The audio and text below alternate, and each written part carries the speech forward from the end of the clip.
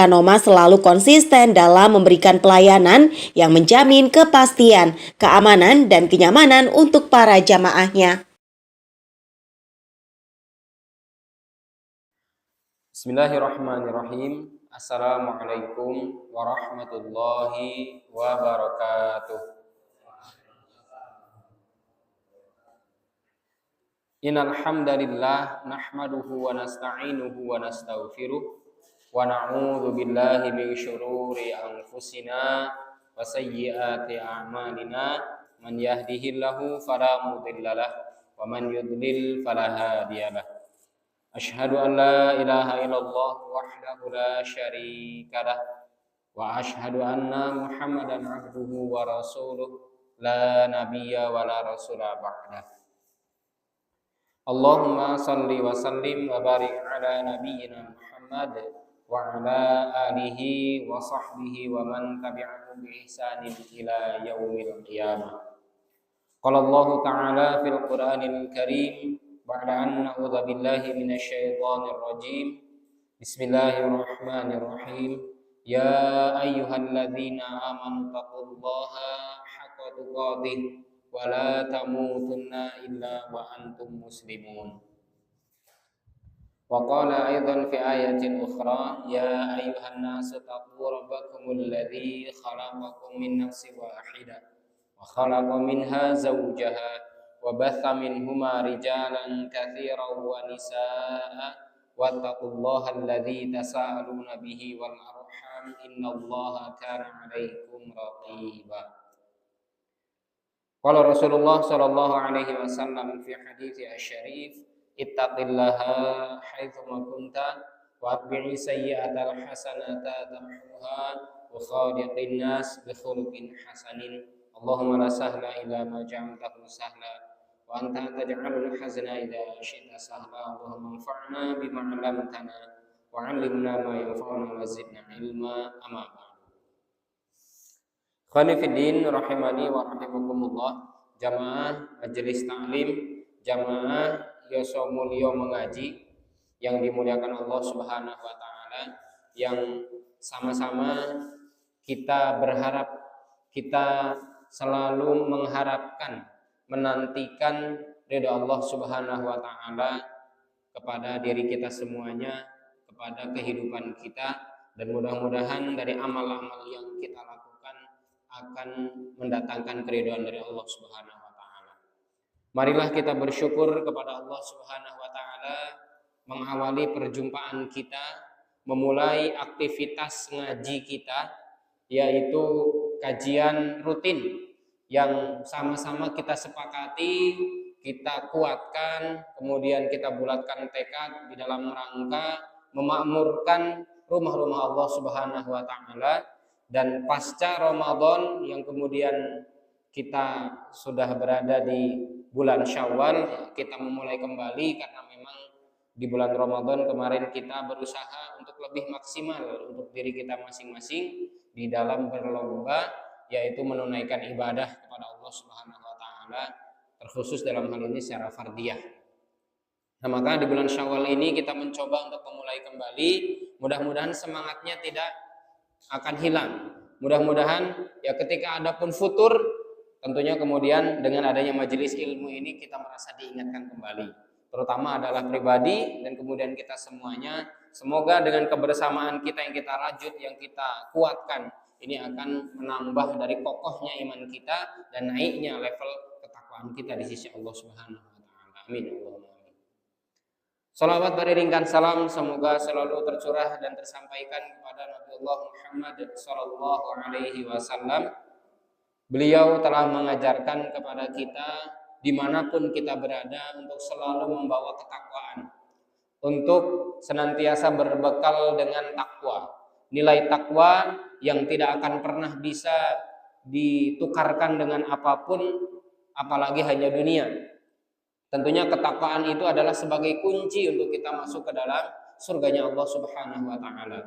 Nah, maka dengan ketakwaan inilah Rasul mengajarkan kepada kita, mudah-mudahan kita mampu untuk meneladani beliau dan bersama beliau nanti di surganya Allah dengan mendapatkan syafaat dari Rasulullah. Amin Allahumma amin.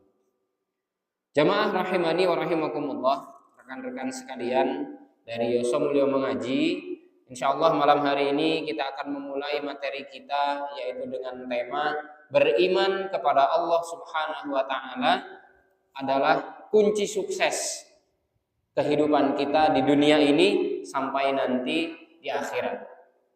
Mengapa kita mengambil judul itu? Karena banyak sekali dari mereka-mereka, orang-orang di luaran sana, mereka-mereka yang seolah-olah mengaku iman kepada Allah Subhanahu wa taala, di dalam realitanya ternyata masih kosong. Hanya pengakuan lisan belaka, akan tetapi tidak dibenarkan di dalam hatinya. Karena sebenarnya ketika kita mengakui dan mungkin ada rasa khawatir bahwa ada malaikat di kanan dan di kiri kita yang selalu berusaha untuk mengawasi, mencatat, kita yakin dengan itu, akan tetapi kita tidak yakin dengan Allah Subhanahu wa taala, zat yang maha esa, yang maha kuasa, yang maha agung dan wujud. Dan tentunya keberadaannya itu kita rasakan. Maka dalam hal ini masih batal keimanannya. Atau mungkin dia percaya tentang bagaimana hari kiamat, sehingga di tahun 2002 kalau nggak salah ya, tahun berapa itu? Kiamat 2012, bukan 2012. Sampai kemudian guru kami, ya Ustadz kami membuat buku Kiamat 2012. Karena apa? Sudah diramalkan oleh mereka-mereka, baik itu Mama Loren yang sekarang sudah mati juga orangnya, ternyata dia kiamat duluan. Kemudian juga yaitu mengambil dari kalender Maya ya, yang ada di daerah Amerika sana. Dengan 2012, mereka yakin, seolah-olah memprediksi 2012 akan terjadi kehancuran, sampai dibuat ada, ya beliau membuat buku ya, Ustaz Abu Fatih Al-Adnani. Kemudian juga karena apa? Karena ada yang merespon dari sebuah film yang seolah-olah bahwasanya kalau Amerika sebagai negara superpower itu yang tidak akan mati dengan adanya peristiwa Kiamat 2012. Akan tetapi ternyata tidak menumbuhkan iman kepada Allah Subhanahu wa taala, ya percuma. Maka beriman kepada Allah Subhanahu wa taala sebagai pokok, sebagai kunci untuk kita beriman kepada perkara-perkara rukun iman yang lainnya. Ini perlu kita camkan, perlu kita pahami dengan sebenar-benarnya. Jadi mengawali dari kita beriman kepada Allah, maka di dalam rentetan rukun iman tidak boleh terbalik, tidak boleh tertukar. Ya beriman kepada Allah, kepada malaikat, kemudian kepada kitab-kitab, kepada para rasul, pada hari kiamat, kepada takdir baik dan takdir buruk yang Allah Subhanahu wa taala kehendaki di dalamnya. Tidak boleh tertukar. Tidak boleh beriman dulu kepada malaikat karena dia yakin, karena dia percaya. Oh enggak. Beriman dulu kepada Allah Subhanahu wa taala, baru kemudian kepada yang lain-lainnya, dan juga tidak boleh salah satunya itu dipincangkan. Jamaah rahimani wa rahimakumullah, maka di dalam kitab ini diatur ya dengan sedemikian rupa, dan kemudian juga lugas bahasanya, jadi tidak terlalu berbelit-belit ya, maka insya Allah mudah-mudahan bisa kita pahami. Dikatakan di sini, hadal faslu min akhtari hadhil fusul sya'nan. Sungguh bab ini adalah menjadi bab yang sangat menarik, atau kunci dari bab-bab yang lain, atau pokok dari pembahasan-pembahasan yang akan kita bahas selanjutnya. Kata beliau seperti itu, kata penulisnya, wa 'azamiha qadran, dan juga sangat menarik sekali dan besar sekali pengaruhnya ya. Id hayatul muslimi kulluha taduru alaih, karena sesungguhnya kehidupan kita sebagai muslim, para jemaah sekalian, kita sebagai orang-orang Islam ya, orang-orang muslim, taduru alaih, berkutat atau meliputi ya bagaimana kemudian kita beriman kepada Allah Subhanahu wa taala. Jadi semua konsep kehidupan kita itu akan bermuara kepada bagaimana konsep kehidupan kita di dalam beriman kepada Allah Subhanahu wa taala.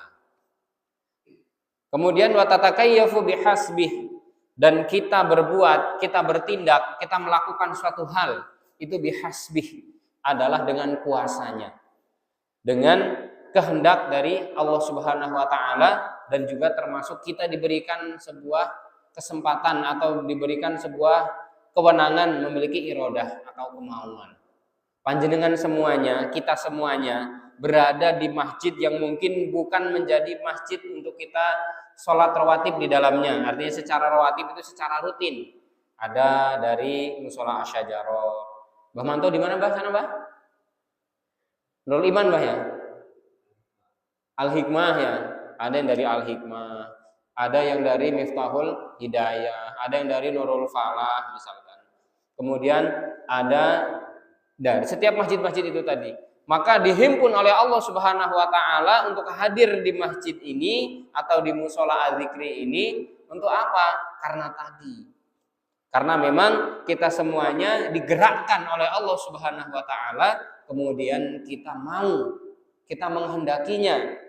Sudah disebar undangan oleh sekretaris bahwasanya mulai malam hari ini kita memulai lagi untuk aktivitas ngaji kita. Akhirnya hati kita mengiyakan dan kemudian langkah kaki kita mengiring ya kita semuanya, yang mengiring mendorong kita semuanya untuk sampai di musola kita tercinta. Fahuwa aslul usuli fi nizamil 'am li hayatil muslim bikamiliha. Maka ini adalah dasar dari usul, dari dasar-dasar aturan-aturan secara umum dalam mengatur kehidupan manusia dengan segala bentuk kesempurnaannya. Makanya Allah Subhanahu wa taala tidak kemudian menutup-nutupi ketika Allah mengatakan ya walaqad khalaqnal insana fi ahsani taqwim. Sungguh telah kami ciptakan manusia itu dengan sebaik-baik bentuk.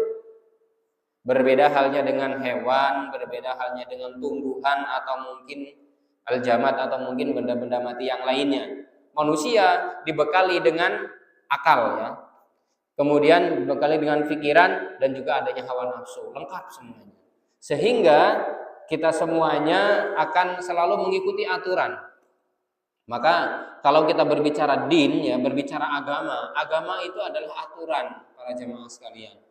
Sesungguhnya orang-orang yang tidak mau diatur kehidupannya dengan sebuah aturan, khususnya dalam hal ini adalah aturan Allah Subhanahu wa taala, maka sungguh dia ini adalah orang-orang yang merugi nantinya.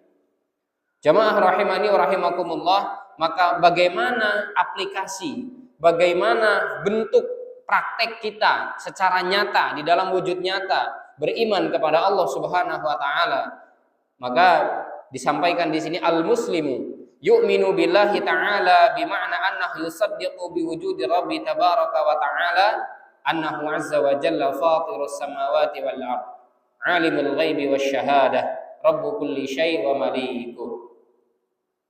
Bahwasanya dikatakan seorang muslim maka wajib untuk dia beriman kepada Allah Subhanahu wa taala dalam artian membenarkan wujud Allah Subhanahu wa taala.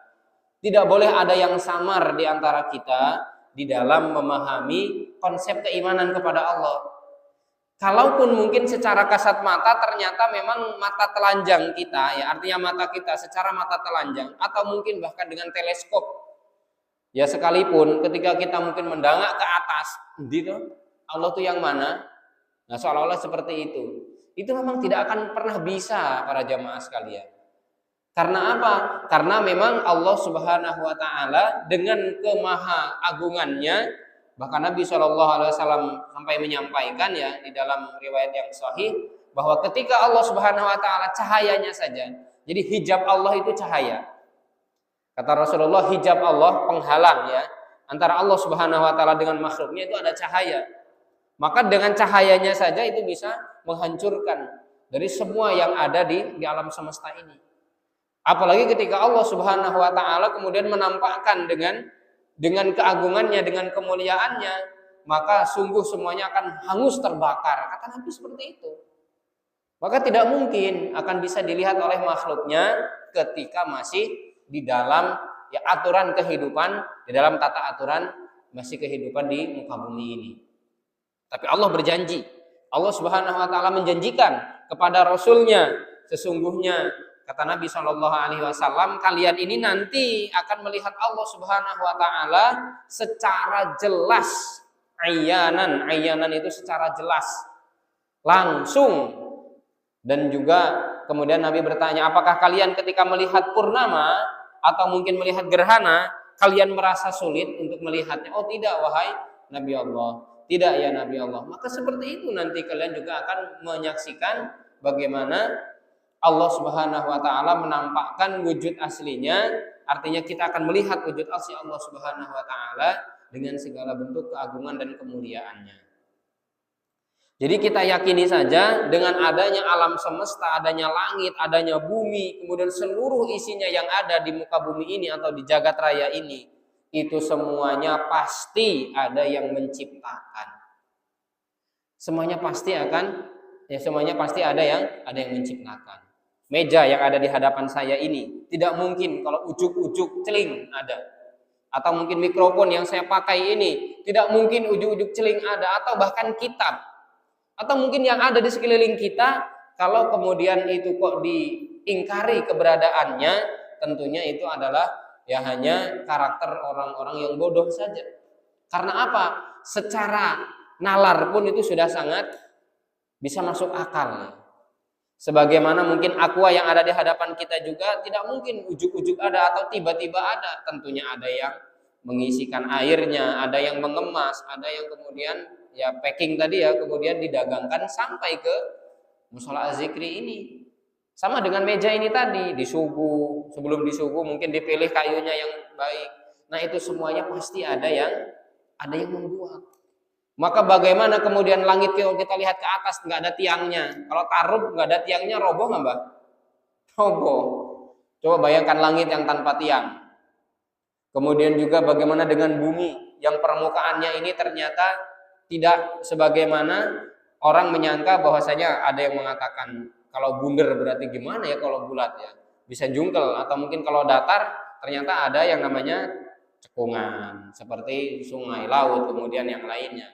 Ada juga bentuk gunungan seperti pegunungan, seperti bukit, kemudian ada juga dataran ya sebagaimana lapangan atau mungkin yang lainnya.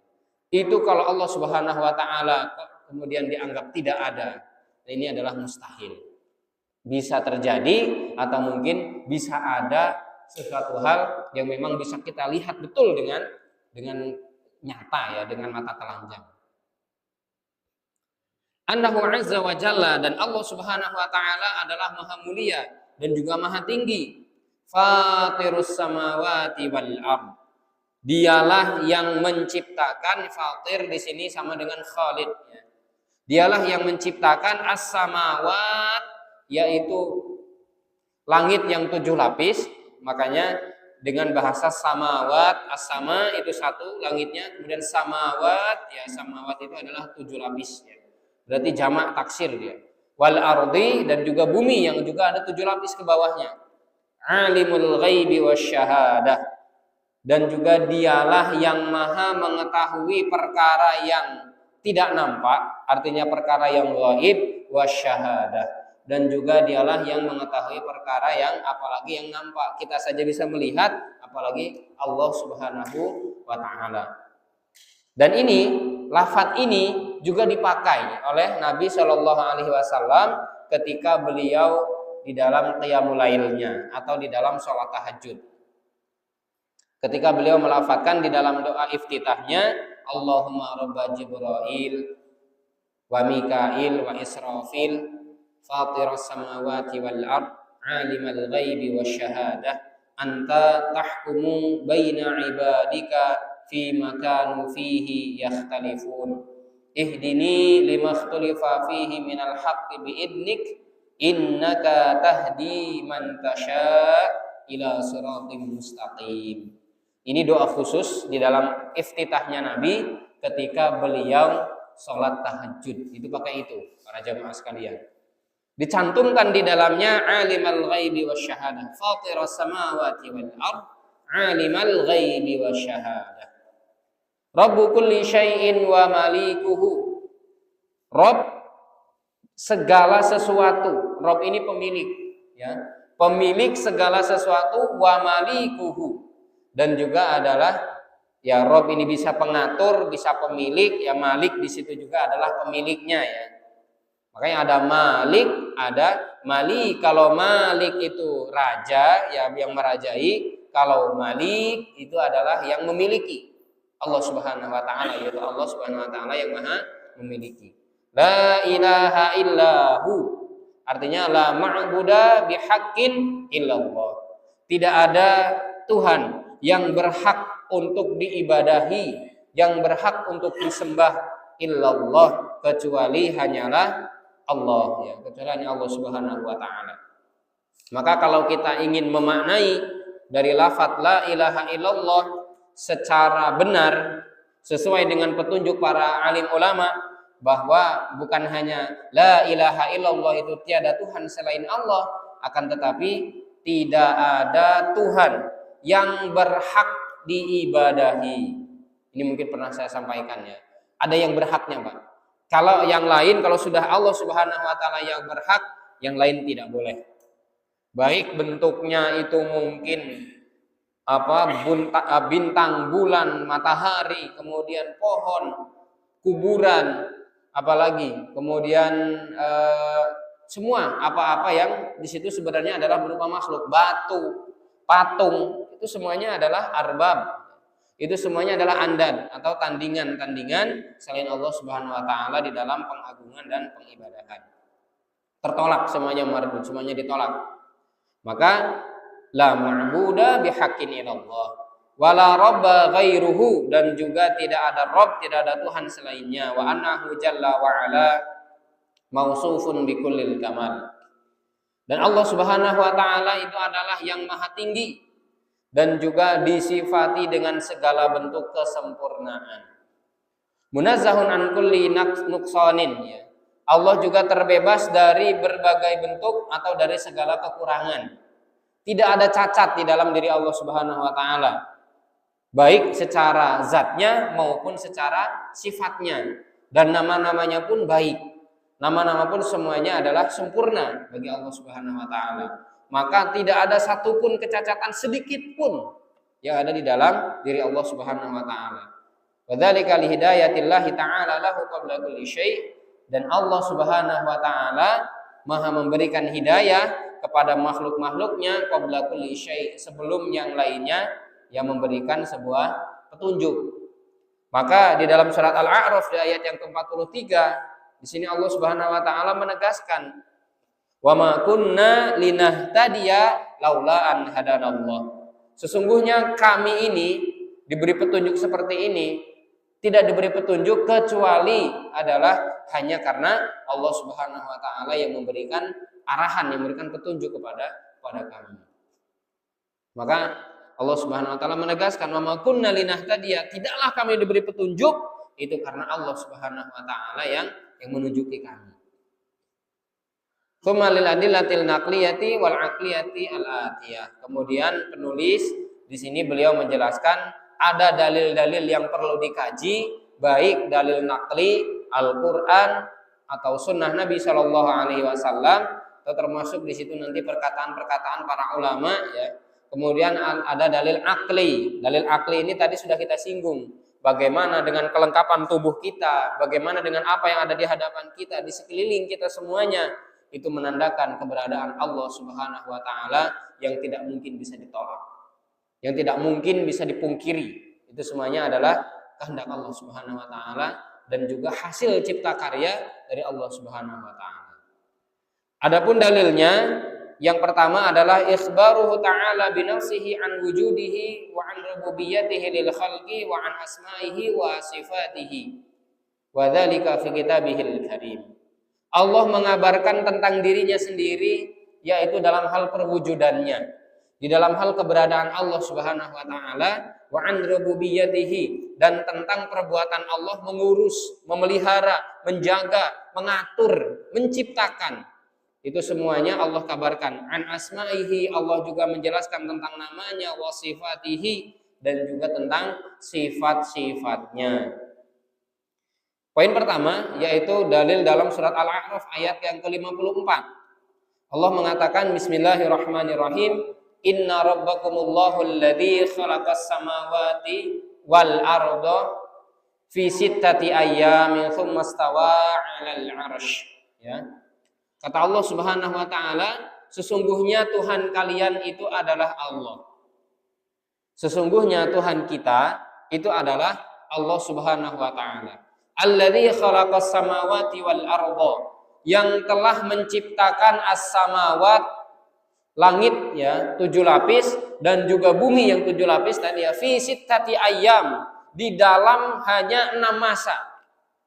Di dalam kurun waktu atau di dalam waktu 6 masa. 6 masa ini para ulama berbeda pendapat juga. Ada yang mengatakan 6 hari, ada yang mengatakan 6 menit, ada yang mengatakan 6 detik, 6 jam. Intinya ya di sini dibakukan ada 6 masa intinya. Mengikuti apa yang menjadi dalil dari Al-Qur'an ini tadi. Surat Al-A'raf ayat 54 tadi. Pokoknya dalam 6 masa. Dan meskipun kun ya sudah fayakun, meskipun mungkin lebih cepat daripada bisa jadi dari Mi'rajnya Nabi Shallallahu Alaihi Wasallam sampai ke langit ke-7 sampai ke atasnya lagi. Bagi Allah Subhanahu Wa Taala itu mudah. Nah, menciptakan langit dan bumi saja hanya dalam waktu 6 masa, coba bayangkan. Mampukah di sini kemudian akhirnya diikuti atau ditiru atau teorinya dikembangkan oleh mereka para ilmuwan? Tak ada satupun yang mampu. Hanya mungkin turunan-turunannya sampai kemudian ketika duduk di bangku SMA ya dan jurusan IPS, memang kita mengenal ada yang namanya teori Big Bang. Ya, teori Big Bang ini adalah teori dalam proses pembentukan yang namanya bumi dan juga segala yang ada di isinya. Dan ternyata di dalam Al-Qur'an juga sudah dijelaskan bahwasanya bumi itu tadinya adalah gumpalan berupa gabungan-gabungan ya. Kanata rotkong, kata Allah Subhanahu wa taala, fafataqnahuma. Kemudian kata Allah, kemudian kami pisahkan. Jadilah bumi di situ. Ini teori Big Bang. Ada teori nebula, teori awan debu, itu yang dicetuskan oleh ilmuwan-ilmuwan ya masa-masa kini, ilmuwan kontemporer sebenarnya merujuk kepada Al-Qur'an. Maka kalau dijelaskan oleh Dr. Zakir Naik itu dengan detail, dengan rinci bagaimana beliau di dalam bukunya The Miracle of Al-Quran and As-Sunnah, itu semua yang ada kejadian-kejadian yang ada di muka bumi ini ternyata sudah ada garisannya di dalam Al-Quran. Sudah diatur, sudah dijelaskan oleh Allah Subhanahu wa taala di dalam yang namanya Al-Qur'anul Karim. Termasuk adalah tentang penciptaan langit dan bumi ini. Kemudian Allah Subhanahu wa taala beristiwa, bersemayam di atas arsy ya, yughshil lailan nahar yatlubuhu hafitha. Dan juga Allah Subhanahu wa taala yang menutup malam dengan siang, yatlubuhu hafitha, dan kemudian menggantikannya dengan cepat. Tidak ada yang menyangka bahwasanya kita semuanya akan mengalami yang namanya 2 waktu.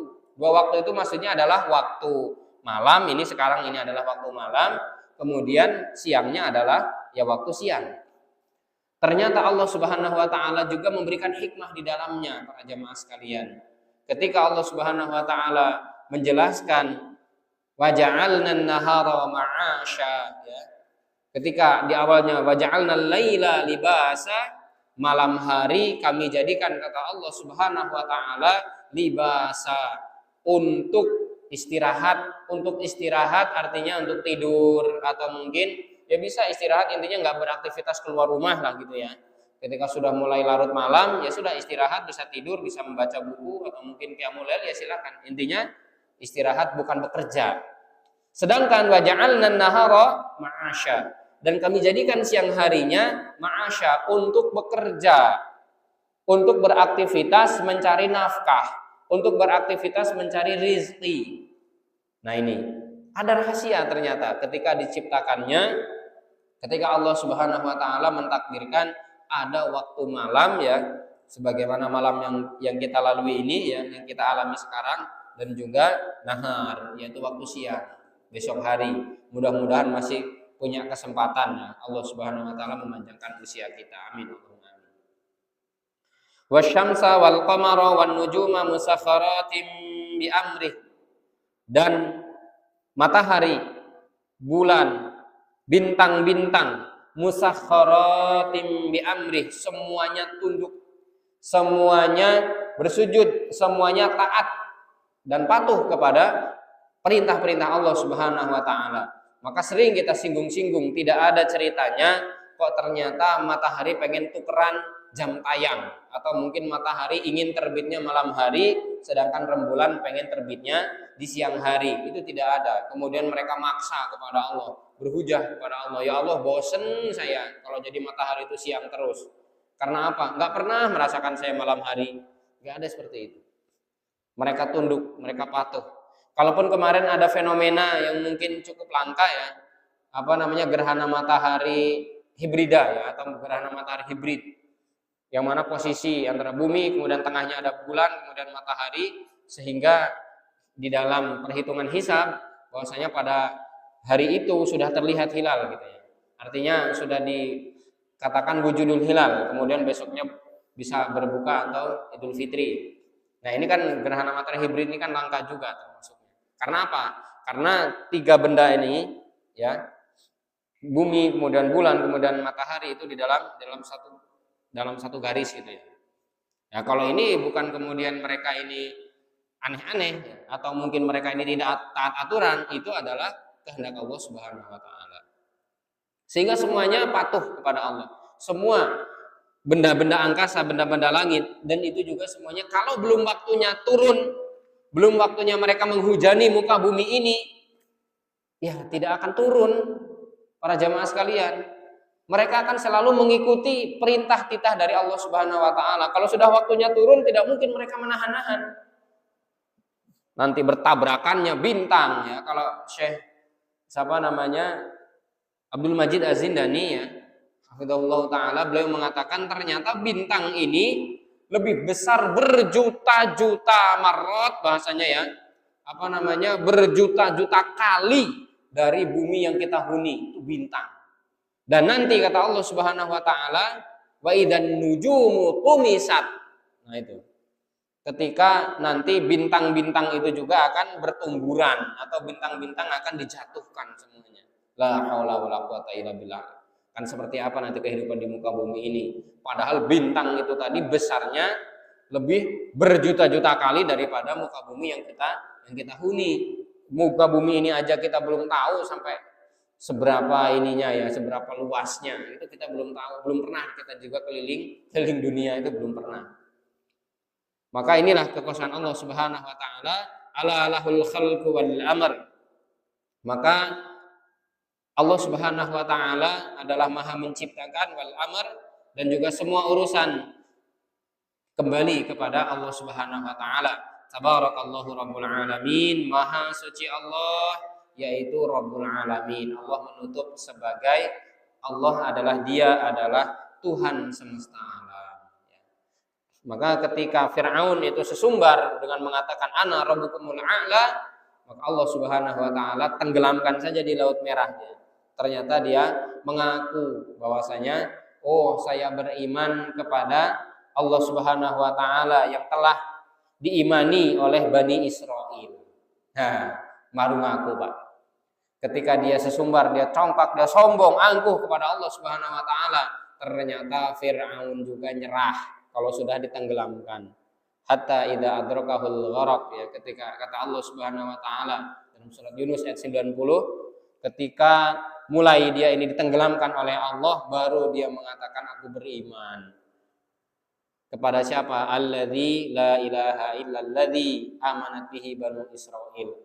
Kepada Tuhan yang diimani oleh Bani Israel, wa ana minal muslimin. Dan saya ngaku saya orang muslim. Lah, baru ngaku. Ketika dia sudah mau menjelang kematian itu sudah nyawanya ini sudah di ujung tenggorokannya, sudah mau mati ya, dalam keadaan kafir. Waliyadzubillah. Kemudian yang kedua, wa qauluhu lamma nada nabiyahu Musa alaihi salam bi syatil wadil aymani fil buq'ah al mubarakah minasyajarah. Firman Allah ketika Allah Subhanahu wa taala memanggil Nabi Musa alaihi salam.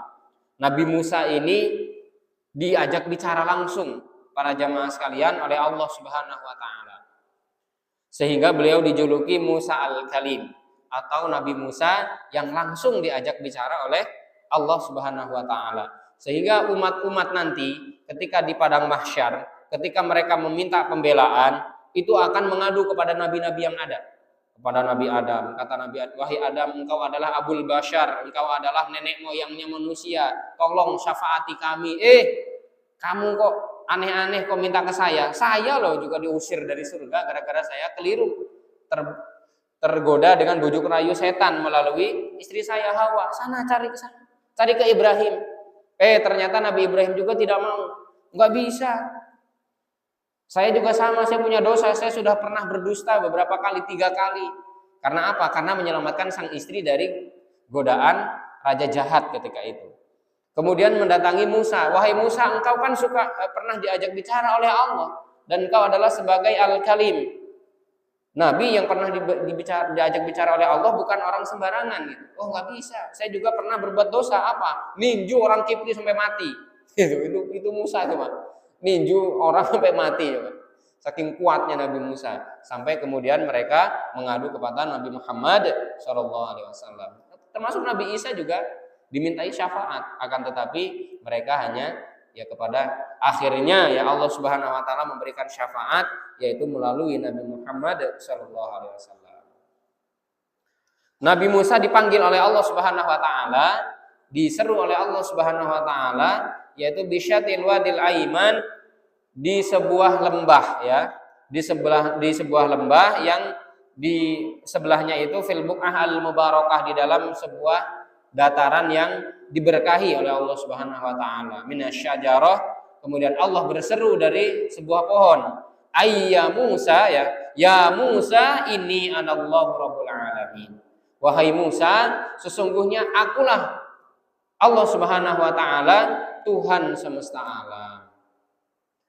Ini Allah Subhanahu wa taala mengikrarkan dirinya sebagai Tuhan, membuktikan bahwasanya dirinya sebagai Tuhan yaitu kepada salah satu utusannya yaitu Nabi Musa alaihi salam. Sampai kemudian Nabi Musa alaihi salam itu minta kepada Allah Subhanahu wa taala agar Allah mewujudkan mimpinya, artinya agar Allah menampakkan dirinya secara langsung. Karena apa? Karena ini sangat penasaran sekali menjadi penasaran dari Nabi Musa alaihi salam. Sampai kemudian kata Allah, "Oh, kamu nggak akan sanggup Musa kalau sampai harus melihat aku. Akan tetapi ada alternatif yang lain. Maka fangzur ilal jabal, lihat ke bukit-bukit itu tadi. Kalau bukit itu masih ada, masih tetap, aku di situ." Sampai kemudian ketika Musa ini melihat ke balik bukit, jedier meledak bukitnya. Debu-debu yang bertaburan gitu debu-debu yang kemudian ketika kita mungkin bakar sampah misalkan baik plastik atau mungkin sampah kertas terutama atau kayu-kayu kering, kemudian itu kita bakar habis tinggal abu-abunya, seperti itu. Para jamaah sekalian, bagaimana penampakan gunung yang kemudian tidak sanggup menahan kuasa Allah Subhanahu wa taala, fa kharra Musa sa'iqa, sampai kemudian Nabi Musa jatuh pingsan. Sampai kemudian tersadarkan, ini tubtu ilaik.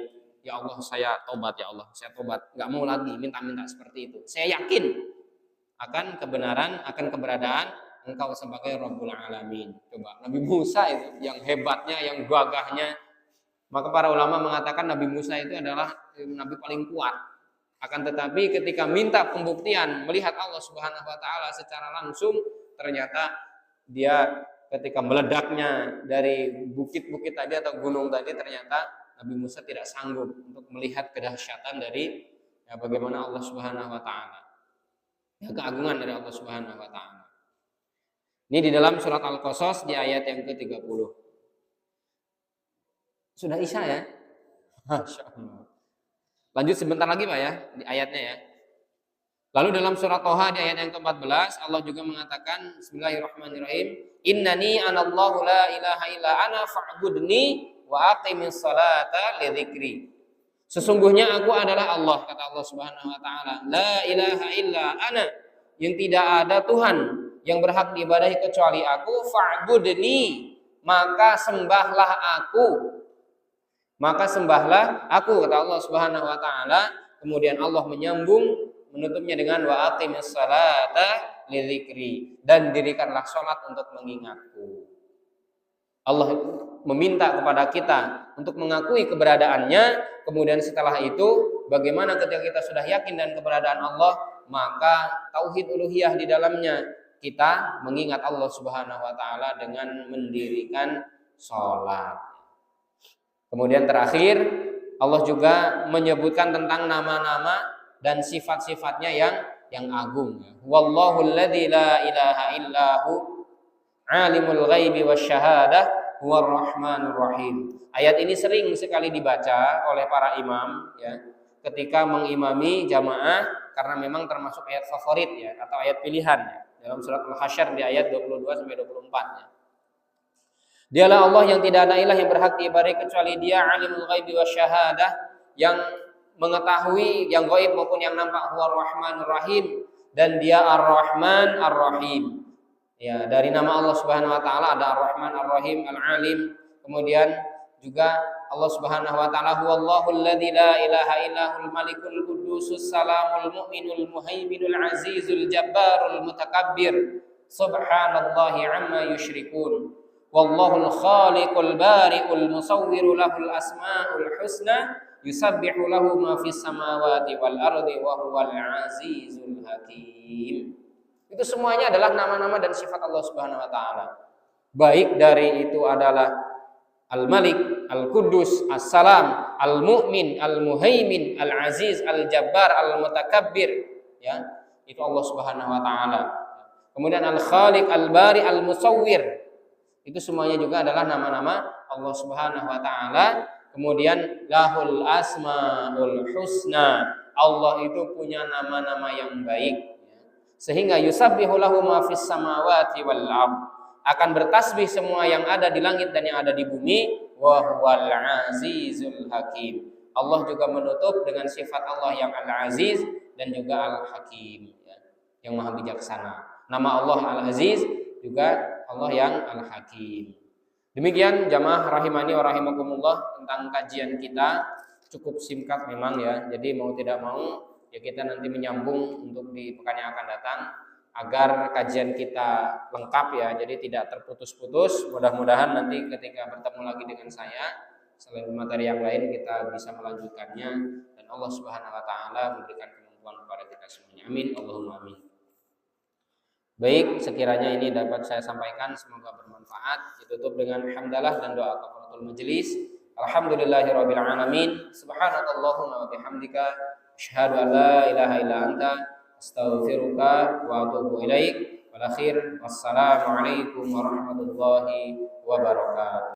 Halo guys. Jadi kali ini aku dapat skincare facial wash dari Dr. Ferihana Skincare. Dan ini adalah facial washnya. Dan selain facial wash di sini aku juga dapat night cream dan juga ada day cream pastinya. So sebenarnya yang paling keren itu facial washnya. Entah kemana dan saya mager ngambilnya, jadi ayo kita lanjutin reviewnya. Skincare for men dari Dr. Ferihana ini ampuh banget buat ngangkat komedo dan bikin kulit jadi lebih bersih. Terutama di facial washnya ini. Nah di sini kerennya. Jadi di packaging facial washnya itu sudah ada kayak pembersih komedo. Jadi kayak sejenis sikat gitu tapi nggak kasar sama sekali. Keren nggak tuh? Oke, so kalau kalian mau skincare ini, kalian bisa langsung aja ke kontak pemesanan di bawah ini. Oke, IG-nya Dr. Ferihana Men Skincare. Nggak apa lagi, langsung aja dipesan. Oke.